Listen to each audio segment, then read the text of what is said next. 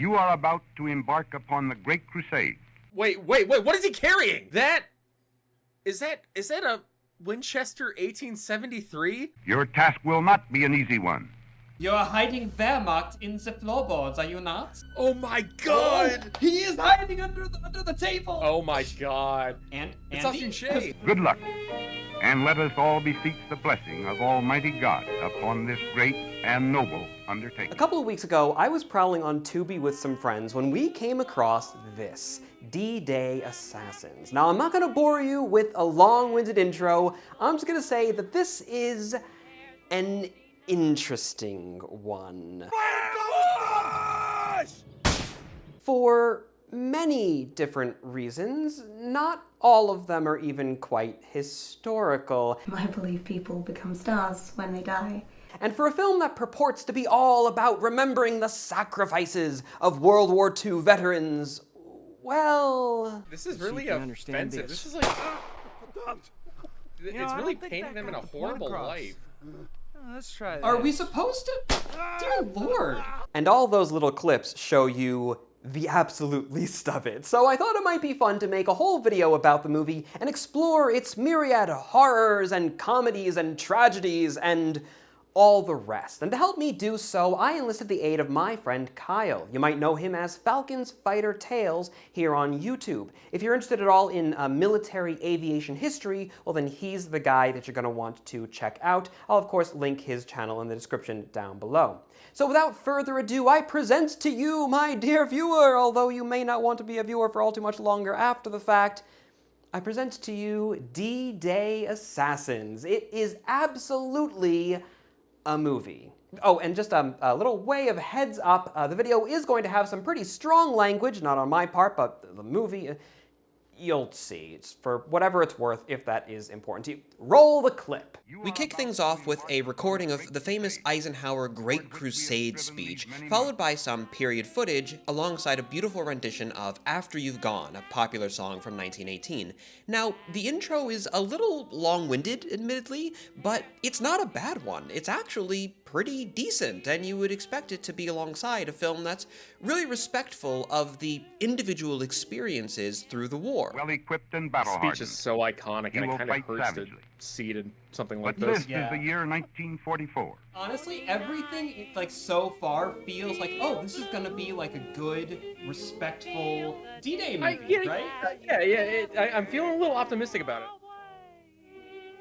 And from that intro, we hop exactly where you would expect after such a thing, to an American suburban home. And it's totally a small town Americana setting. It looks very American, doesn't it? But yes, it might surprise you to learn that about half of this movie isn't actually set in World War II. We are introduced to the classic deadbeat son whose dad is getting on him about joining the army. Oh, Jesus. It's afternoon. What are you doing? Come on, guy, you graduated high school yesterday. You gotta get a job. You gotta get out of my house. I'm fed up with you already. Been out of school over a week now. All I do Oh is my hang god, a around the whole house, week. Play video games. A whole week. Kids Hang out with these his friends. days. Bunch I of thought you were gonna go down to the degenerates don't recruitment know office what and we enlist. sacrificed for in the war. Can I take some time to think about it first? We learn that the mother doesn't much like the idea of him serving, and also that the father didn't serve.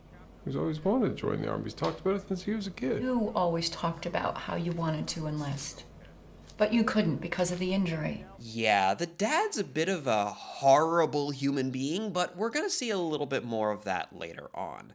Now, after getting ragged on for being such a hopeless loser bum, sleeping until 1 p.m., can you believe such a thing? We cut to him sitting with his girlfriend and talking about what they want to do with their lives, how hard it is to, make these sorts of lifelong decisions at such a young age, which, I mean, fair enough. And she gives a decent piece of advice. She recommends that our protagonist speak with a local World War II vet nicknamed Hawkeye, who can offer up some insights into what life is like in the army.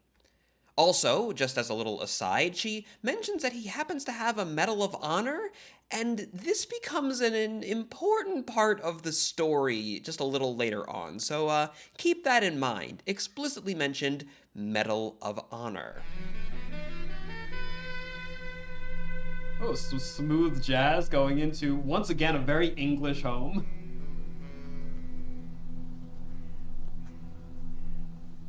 Gonna creep up on this guy's house.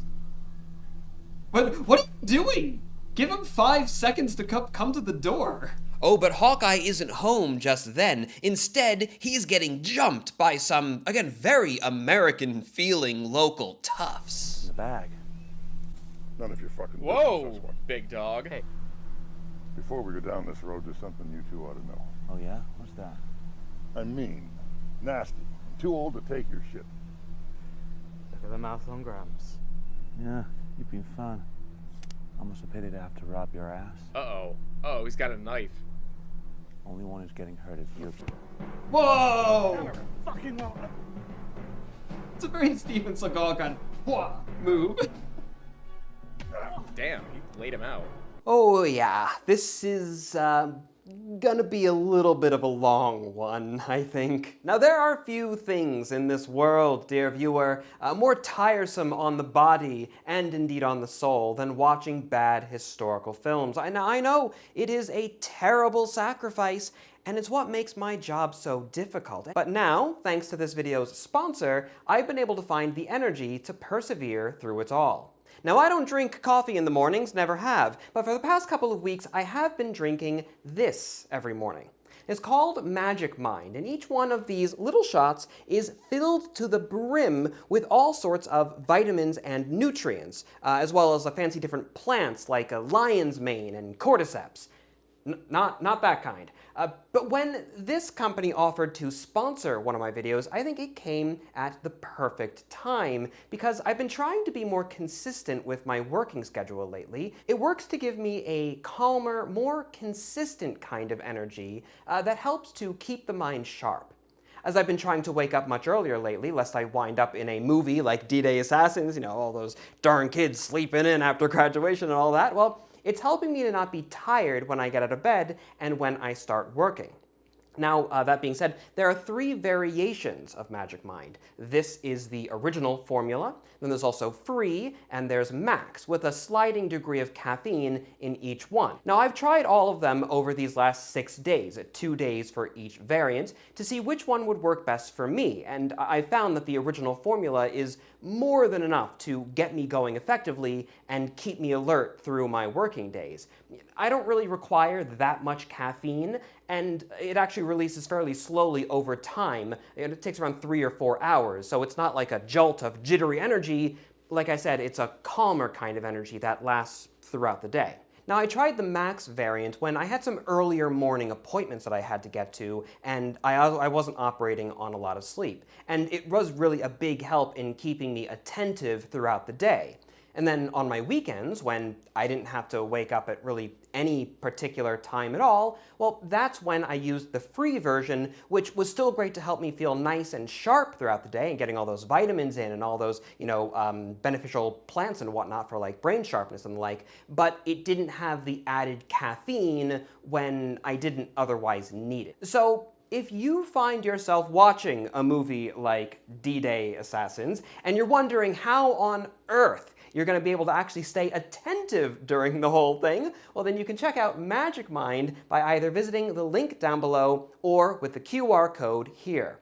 Not only that, of course, but when you do so, you'll even get up to a staggering 60% off of your order. And also, it's a risk-free order, so if you don't like the stuff, they'll refund you all the money, no questions asked. Thank you to Magic Mind for sponsoring this video, and now, can I think of anything else to say about it? Not really?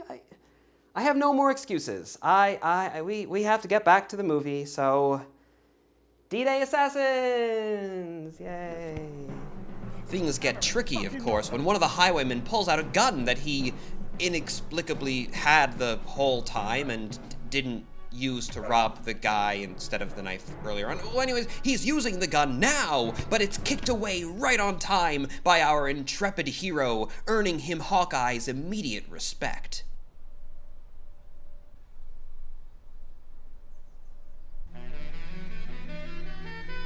So he invites him in, we get a little background about Hawkeye, dead wife, son moved away, the classic, and also apparently this is like a horrible slum that he lives in? Are you gonna call the cops or? Why? Because someone tried to kill you! Those 2 guys, they should be in jail. Cops don't give a shit about what happens in this neighborhood. And they sure as hell don't give a shit about a broken down old pug like me. Well, this guy's based. A deal is made then that the kid is going to do yard work in exchange for hearing the story, because I guess saving his life just wasn't good enough. So we're going to do a little time skip to the next morning, and hey, the kid is finally doing something with his life for once, being all diligent and whatnot, while Hawkeye just kinda, stares at him. You're gonna trim my hedges, boy. And then we're back to the chair, and now we can get to the story, beginning naturally with a rattling account of unit names and designations, which I'm sure will mean so much to the average viewer. I was drafted April 25th, 1941. My first assignment was to the 175th Infantry Regiment, Company C of the 29th Infantry Division in Spain, Scotland, under 5 weeks to train the British Commander on Tubi, become the buck sergeant of the 1st. Together we became known as the Filthy 13. Finally, after all of that, we are finally getting a clip of some World War II boys, and they look... oh boy. Oof. He's only wearing a helmet liner. He's not actually wearing his M1 helmet. He's got a friggin' helmet liner with a net over it. They all have like 3 days growth of beard on their face. Yeah, they should not have that kind of growth on their faces. Not even by the end of the movie. They were only there for like a week. This is how we establish that they're not like the other soldiers. Oh god, and the uniform, like, that dude's jacket's all ripped up and stuff, and it's like he hasn't been in combat yet. They're wearing M51 suspenders. 82nd Airborne. What? I thought they were 101st guys. Very simple things they could have fixed. He's got an SMLE! What the fuck? That's an SMLE on his shoulder! There are reenactment communities that you can probably just, like, loan the gear from. Be like, hey, we'll pay you, like, a couple of bucks or whatever. Like, they'd probably be more than willing to help out. This scene goes on forever. We get, like, a little one-liner for no less than 12 different characters plus Hawkeye. Now, most of this, as well, is totally useless information that will never be referenced again. I mean, heck, most of these characters are outright expendable, but there's no need for spoilers just yet. But once I got something in my sights, I never missed. They used to say I had the eyes of a hawk. But then here's the thing, like, honestly, look at this moment right here. And I know we're poking fun at this movie and everything, but really, the old guy here has some acting chops. I think you should be getting home. I mean, this little moment is unironically really emotive, and he does an amazing job, I think, at conveying that. We'll come back to this later on as well, but let's just, even as we go through the nonsense, my point is, pay attention to just some of the acting in this movie, because it's shockingly good. So the kid leaves, and another establishing shot back home. Mom gives him a talk, says, oh, it's okay if you don't know what you want to do, blah, blah, blah, all that stuff. Then we cut to Hawkeye on his usual morning routine of staring at the wall. Well, was a man just sitting there staring out the window waiting for the phone to go off? Hello? We learn then that Hawkeye's son is a real dirtbag, looking to sell off his Medal of Honor to pay for some gambling debts he has with a loan shark. What do you want? Kill me. How much is it this time? 20,000. You think I'd be living in this shithole if I had 20,000 under the mattress? Shithole? Yeah, this horrible, horrible little chateau in the countryside. What are you talking about? It's fucking gorgeous! What about your medal? My medal? You get a lot of money for that.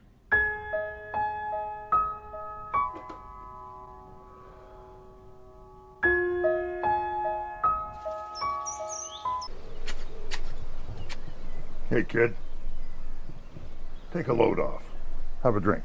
You know, maybe this is why your son is a gambling addict, is because every time he wanted to have a heart-to-heart with you, you were like, go and trim the hedges. Then I'll give you 15 minutes of a snippet story. You never got to the part of your story that was about the evils of gambling. Imagine getting an episodic story based on how much yard work you do for somebody. So finally we get another sit down, and unironically, a really good monologue. Listen to this. Always in battle, there are moments of silence. Guns and bombs going off, the goddamn noise makes your goddamn ears bleed. But there are quiet moments between all that. Everything would suddenly fall silent. The chaos rages. You don't have time to think. You're running on adrenaline and survival instinct. But in those silent moments, all you can hear is your own heartbeat, your own breath.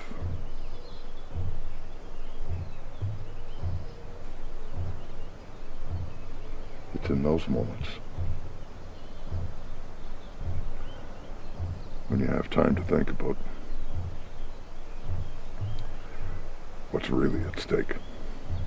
I mean, you can tell that this guy really cared about the role, and honestly, I think that he deserved a better movie to be in overall. He's decent.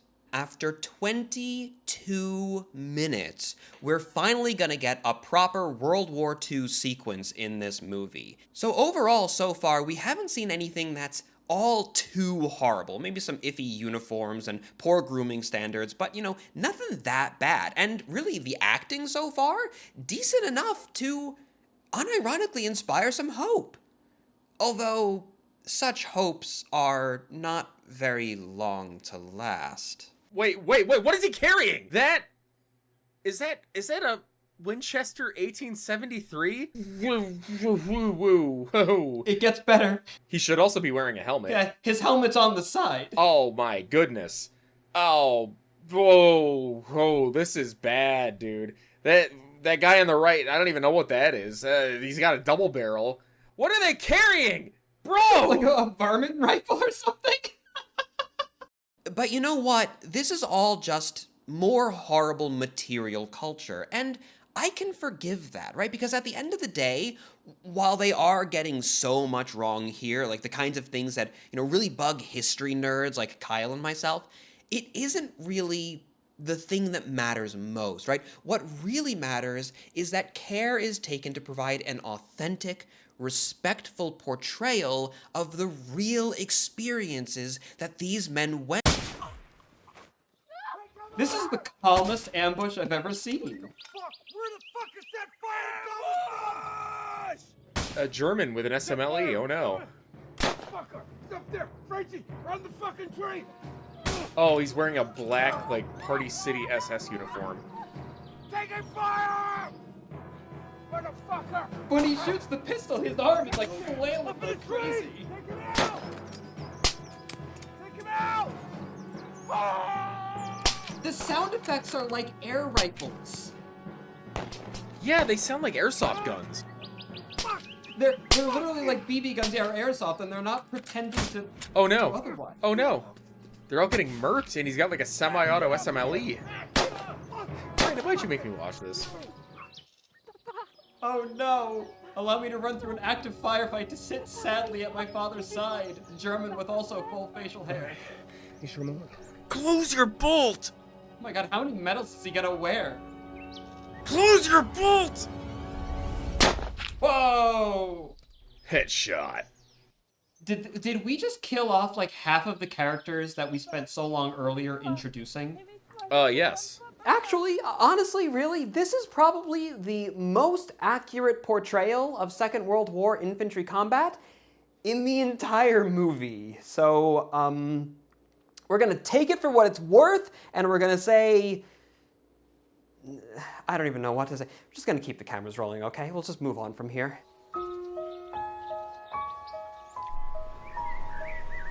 That's what it's like on the battlefield. Everything can change in a moment. On the one hand, you're relieved to have survived. Sometimes, you wish you didn't have to live on with those memories. I feel like an idiot. Why? Shouldn't be asking you to relive all this.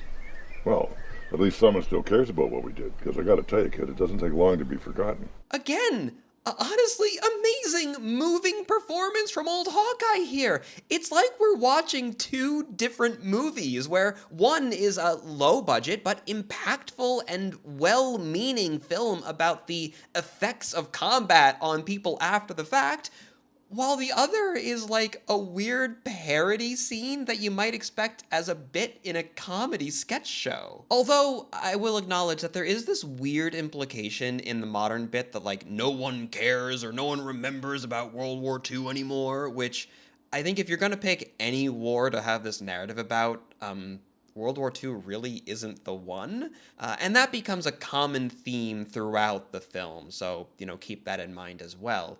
Hawkeye explains how his unit got lost in the French countryside and was totally stranded. They're without food, they're without ammunition, they're without contact with their command. Everyone's basically assuming that their unit is dead. And thus we feed into our next vignette as the remaining men check out a cabin that they found in the woods that was done up to appear, of course, 100% completely historically accurate. Are those LED Christmas lights hanging from that house? Oh yeah, look at that nice outdoor couch. Oh man, is that a pizza oven?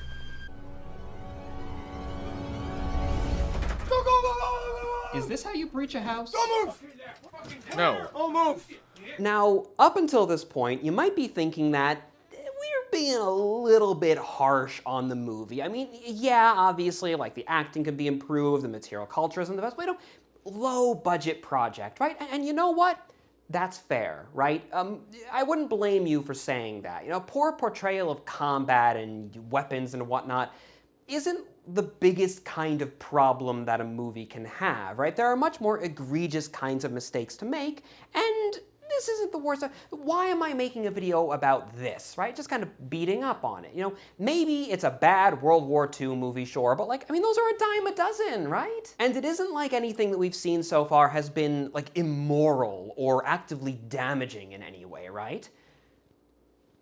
Now true, up to this point, but before you come to any conclusions, well, let's just see what happens in this next scene. Don't move! I don't give a fuck what you blow your fucking head off! I don't give a My fuck! guy! All right. The civilians, calm down! Speak English? Yes. You all French born and bred? Yes. Is it common for the German soldiers to just like Harrison. adopt a rural French lifestyle to hide from the American soldiers? Was that a thing? I mean... Children were born here. All right. The men begin to clear the home and, naturally, take its inhabitants hostage. I mean, okay, like, horrible stuff like this probably did happen, but, you know, really, if you're trying to get us to actually like the characters and sympathize with them, I feel like we haven't seen enough good stuff yet to get a sense for that and to appreciate the privation that they're experiencing right now. And overall, instead, Piccadilly Willie is just kind of starting to scare me a little bit. Blow your fucking head off! I don't give a fuck! Well, anyways, after some duress, the civilians give the soldiers a meal, they have a little chit-chat. Out of nowhere, we get this really, uncomfortable piece of background information on Piccadilly Willie that I guess kind of explains his anger management issues. My own particular love carriage, it's the biggest fucking thing you've ever seen in your life. You trying to tell me that this kid here, he doesn't understand what the fuck we're talking about? I mean, I lost my virginity when I was fucking 9. What? Yeah, just a casual child rape reference being played off as comedic relief. That's always a classic moment in my World War II movies. Okay, this movie is starting to feel like a little gross, and look, spoiler alert, it doesn't get any better at all, because as they are chatting, the American soldiers discover that the civilians are hiding something. You said you had a visitor yesterday. Yes, a friend of mine visited. Well, that's odd. Uh-oh, they're collaborators. What? Well, you said you hadn't had visitors for months. You're hiding Wehrmacht in the floorboards, are you not? Where are the Germans?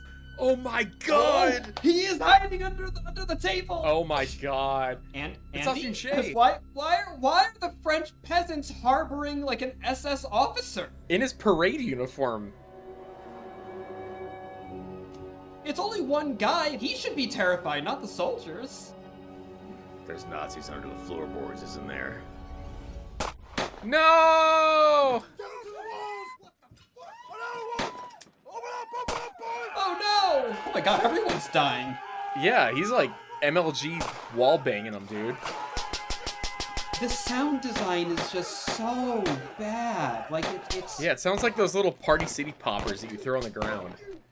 You really cannot make this stuff up. I made a joke, a stupid joke, about the worst thing that I could possibly imagine, the most offensive thing that they could have done in this position, right? And, yep, just dead on the money. It was like a parody. Nazis hiding under the floorboards. I mean, it's so... Here's the thing. It gets worse. It gets so much worse. You have no idea. So after Piccadilly Willie has a gunfire-induced seizure, poor guy, the woman dies then from a painting falling on her, and the SS guy gets a few of the other soldiers, we see him start to escape wounded from beneath the home. Why he didn't do that from the very start and decided that this would be an appropriate position to engage his enemy with a little pistol, it's... who knows? Oh, there he goes! He's right there, shoot him. He can't run any faster? Shoot him! Don't let him go! He's not gonna be able to hit him if he doesn't cock his bolt. He's just kind of annoyed. And then, oh boy. Good shot. Let's finish him off. And incidentally, just as we go into this, I need you to understand, I didn't edit the music in here, okay? I didn't touch the audio of all this. This is the original soundtrack. Fick dich, Amerikaner. What'd he say? Something about dick. Yeah. I think he wants to play with our dicks if we let him go. Have any tobacco by any chance? This is really offensive. This is like... Nah. It's really painting them in a horrible light. Let's see if you understand this. Yeah, this is not complimentary. I don't think I got the point across. Let's try that. Are we supposed to? Dear Lord. They're painting them out to be bloodthirsty psychopaths from the get-go. Yeah. Let him take the long way out. Jesus! When you get to hell, tell him the filthy 13 sent you. Why don't you interrogate him and figure out where you are? What was this scene? Why was he in the farmhouse? Do you want to maybe go and search the house again because you clearly missed something? You gotta go back and take the tags from your guys you lost. So after a cheeky little bit of torture that serves absolutely zero practical purpose, we cut back to modernity and... A lot of our men were killed. We killed a lot of men too. What's it like? To kill a man. Yeah. It's goddamn awful, that's what it is. The only thing worse is to be given a medal for it. It doesn't matter that the enemy has a different ideology from you. If you got any kind of soul, it's going to affect you. They actually acknowledge then how messed up that entire sequence was.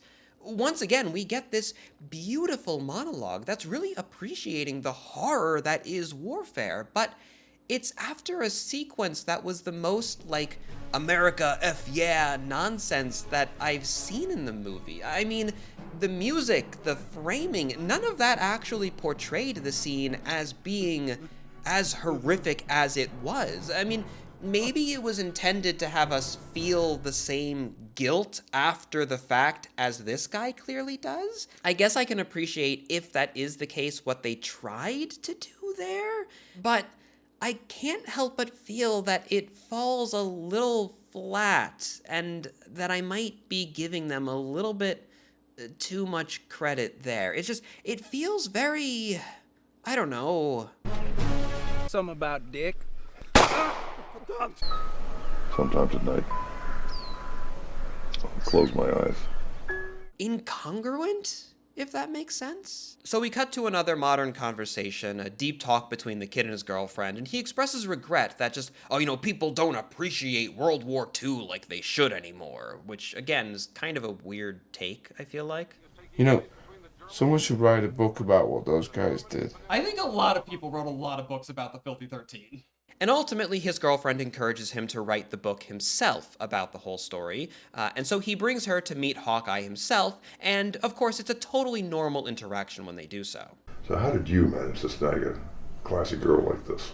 I have my moments. I love stars, but in the city, bright ones are hard to find. Chris knew there'd be load shedding in his friend's area.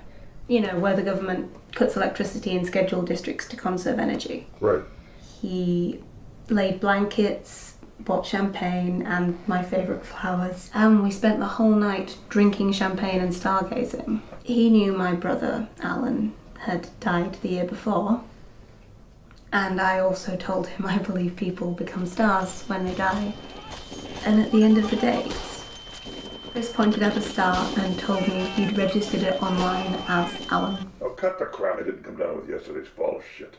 I'm not sure what that's supposed to, you know what, we're just not going to talk about, we're just going to move on by. It doesn't have anything to do with like anything whatsoever, so we're just going to let crazy star lady be. We'll move on from there. Anyways, once again, they reiterate that not only did this guy get a medal, but explicitly that he got a Medal of Honor. But the real Jack Womer, incidentally, yes, this is all meant to be portraying an explicitly true story, using real men in a real unit with their real name. So the real guy that this is based off of, he didn't have a Medal of Honor.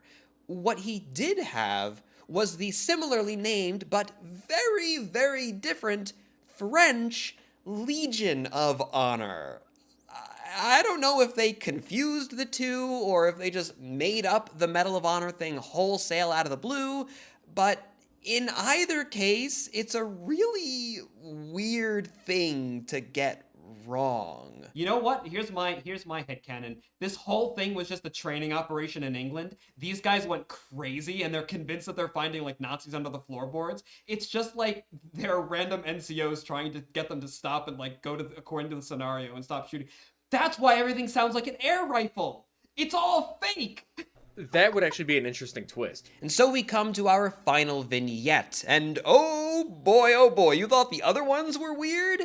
This one is a doozy. So all these guys are hanging out in the hospital. We get them rambling story about what they want to do when they get home. And the whole thing is just not the best acted, and it's possibly in the single most echoey room that they could have recorded it in. You know what I could go for right about now, boys? American-style hot dog. Stuck here with all these ladies he's talking about sausage. Who you writing a letter to, your boyfriend? And then, oh boy, that is when we get to the real fun part. That must mean there are other American soldiers recovering inside. Possibly British and other Why are they all forces too. speaking English to each other? They're the only ones there. Airstrike? There's been no radio response. We'll have to take some ourselves. I don't know how to, I'm not sure, I can't. Just keep going. Just keep rolling. They're just sitting on the hospital grounds in the garden, just sort of gazing over, and no one's noticed them so far. The entrance. But we need to ensure we don't alert those inside to our presence. Guns are out as a question at this stage. We need to employ other means. Are they just 3 German officers who are gonna, like, just take this on?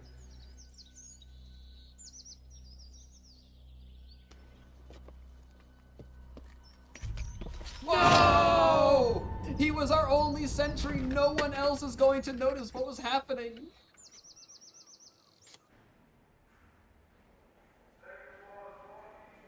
So we get to these two having an argument about a lack of supplies to treat a whole slew of wounded people in the world's quietest, most empty hospital imaginable, and then... Yeah. Dun dun dun!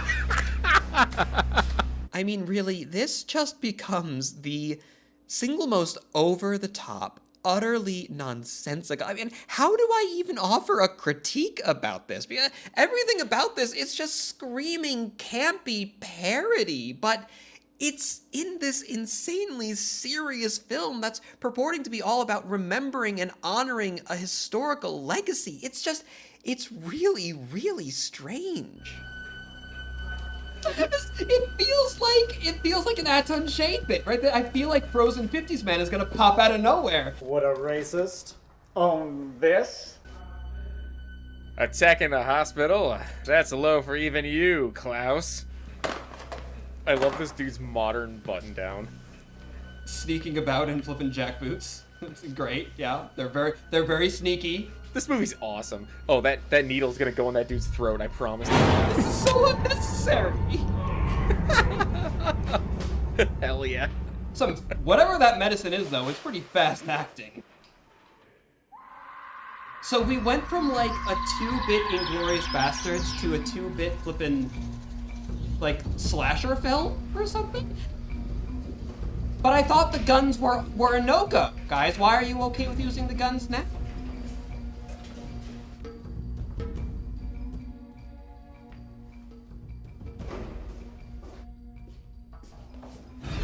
Oh, get him.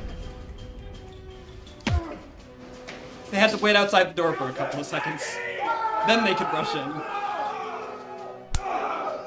I've gone from hating this movie to like absolutely loving it. This is just like pure schlock, and I'm all for it. You can also tell that like they didn't quite have the coordination to do a full like, because he had his thumb like right above the guy's eye, but he was just kind of like hovering it there because like, oh, I don't want to hurt him. I don't want. This is just for pretend.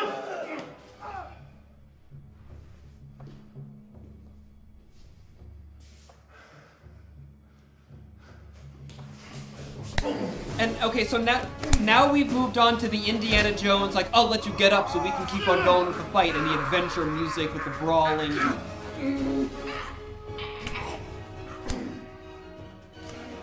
Just a reminder, these are all supposed to be inspired by real people. Imagine how the families are reacting to this film if they ever get a chance to see it. Like, imagine your grandpa was in World War II, and somebody made a movie about him, and it's this. Part of me would be really, really, really offended. Oh, hell yeah, he just snapped his neck. Like, part of me would be really, really offended, but the other half of me would be like, hell yeah, bro.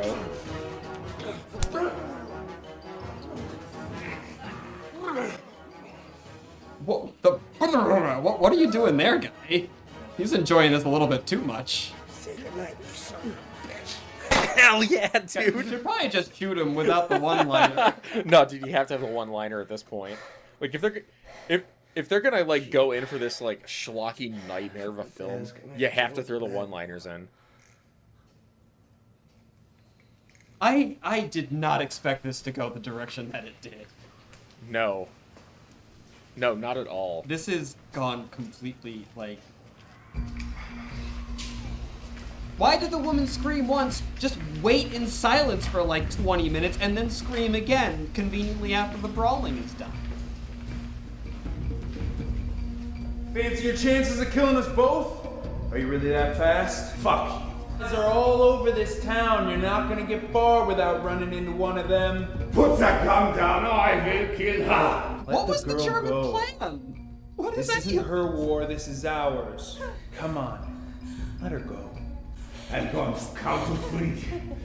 If you don't throw your gun to the floor, I'll fucking kill her.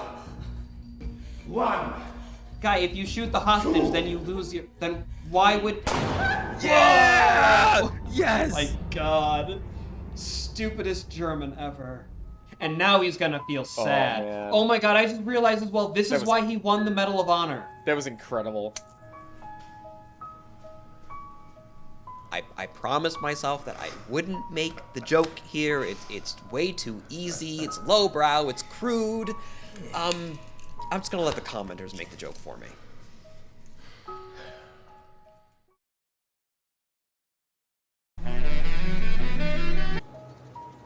Oh, they went to an air show and shot some planes. They don't deserve that footage. That footage is too good for them. Some soldiers only feel alive when they're on the battlefield. I never got a buzz from the things I did. You tell me you didn't feel at least a little buzz when you were like torturing that SS guy? Not at all. A little bit. I'm so honored you've told me all this, sir. Well, if you only remember one thing from the things I've told you, let it be this. No one ever laid on their deathbed wishing they'd spent more time on the battlefield. The only thing a man on his deathbed thinks about are those he loved and those who loved him back. I just wish that we didn't get this genuinely beautiful moment after this. Anyway, kid goes back to his dad, says, I was surprised to hear that he doesn't want to join the army. A little bit of it out of left field, but he says it's because he loves his girlfriend so much. And you know what? Honestly, respect to the movie for not having it be like literally every other film where enlisting is what the kid ends up doing and everyone like loves him as a result. It portrays, I think, the emotional struggle in a much more realistic way, especially these days. It's a different take, and I respect that. It isn't like the same old America, rah, rah, rah sort of nonsense that I was expecting going into it. But then, oh boy, remember when I said that the dad was a little bit of a dirtbag? Well... I never really told anyone, you know how I, couldn't join the army because I'd, hurt my leg playing football? Sure. Are you gonna tell us that was a lie? Lied. Well, I kind of faked it. Bruh. Fine if he didn't spend all that time trying to push his son into it. I mean, kind of, not really. It just, I mean, it's complicated, but... Dad of the Year award right here. The week I was supposed to go and do my medical, I found out that your mom was pregnant. There's nothing wrong with that. Yeah, saying, oh, I totally would have joined up and worked my leg. That's just like fake machismo BS is what that is. Family's going out no matter what. Don't you think that's a better story than flipping bone spurs? My guy, come on. Anyways, then we go back to Hawkeye's house. Man, what a horrible, horrible neighborhood he's in. And, oh, well, he's dead now. Wake up, sir. Wake up, sir. Incidentally, Jack Womer actually died in 2013, which is shortly after he received his Legion of Honor. So not only did they just completely botch his story, they even changed the actual day that he died, because this whole modern sequence is apparently set in the 90s. Now we're gonna get like the Band of Brothers, sad, montage at the end of all the people who died. I was there, I saw the movie. Like, none of this happened. It's not a long movie.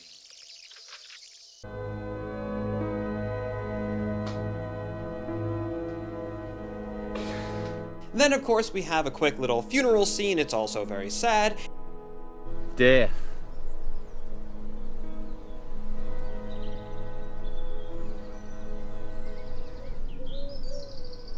Death. And we learn in the will reading ceremony that Jack left his medal to the kid who listened to his story, whatever the kid's name even was. And honestly, once again, like, I'm making fun of it, but the acting here, like, this kid, I feel like his acting has been kind of on and off for the whole thing, but this moment right here is actually really impressive. He does well. He's very convincing, I think. I'll give you a moment, Mr. Summerby. Thank you.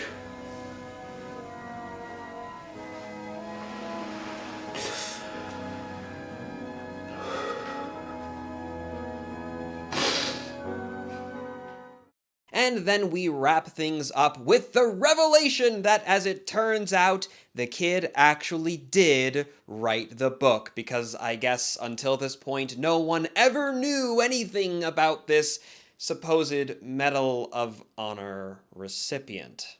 And so ends D-Day Assassins. Very little to do with D-Day outside of them just saying that it was during Operation Overlord, and definitely nothing to do with assassination. Whether they're the assassins, they're fighting the assassins, I have no idea. Before the credits, we get once more a montage of original photographs of the real guys who were actually there, actually doing this stuff, just to really drive home that this is inspired by real stories. This isn't a parody, or at least if it is a parody, it's... Honestly, if this is a parody, then the man who made it is a genius, and I cannot complain about that. But otherwise, it's a little lacking, I think, in the tone that the person was maybe going for, given how it ends. And then the credits roll, and at first it's to Amazing Grace, or maybe not the most original, but like fair enough. But then the credits after Amazing Grace go to Dies Irae, which is a little...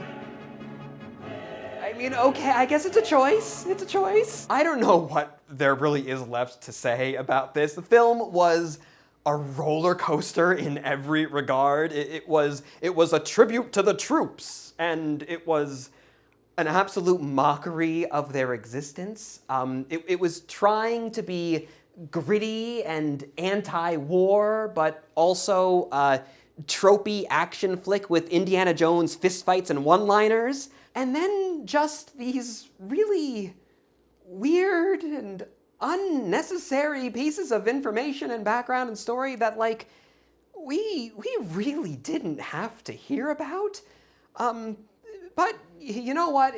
I thought that the overall package was crazy enough that you might all appreciate it, you might all enjoy it, and that a more comedic, fun little video like this one might have been an interesting and enjoyable departure from the usual form of content, which tends to be much more, serious, very academic, and, I mean, given my usual style, quite depressing. So if you enjoyed this video and you'd like to see more videos like it, well then, let me know. And of course, I'm always open to suggestions for other movies to cover in the comments down below, other pieces of media. I think that Deadliest Warrior could use a little bit of treatment, just sliding that in there. I definitely had a lot of fun in making this one, and I know that Falcon enjoyed it as well. Again, if you have any interest at all in the history of military aviation, then check out his channel. I'll link it down below. He has some amazing videos, great production value, and a very wide range of topics as well. It's not just like Cold War stuff. He does both world wars, more modern stuff, interwar, a little smattering, even like Victorian stuff, as much as that is possible with like aviation history. So check him out. He's linked down below. With that, everyone, thank you all as always for watching. As always, of course, a particular thanks is owed to the supporters of myself and the Native Oak on Patreon, because well, it's by virtue of their generosity that I am able to actually carry out my work. Today's viewer artwork is brought to us once again by Eric, who gives us a delightful little tribute to my upcoming historical fiction horror thriller novel, The Corpse War of 1793. Just a little bit of self-promo there. Gotta love it. Thank you very much, Eric. Of course, you can also check out his stuff in the description down below as well. If you would like to submit a piece of user artwork for yourself, of course, you can feel free to shoot me an email over at brandonf@nativeoak.org. I would love to feature one of your pieces at the end of a video like this. And of course, until the next time, my dear viewer, I am and I shall remain your most humble and obedient of servants.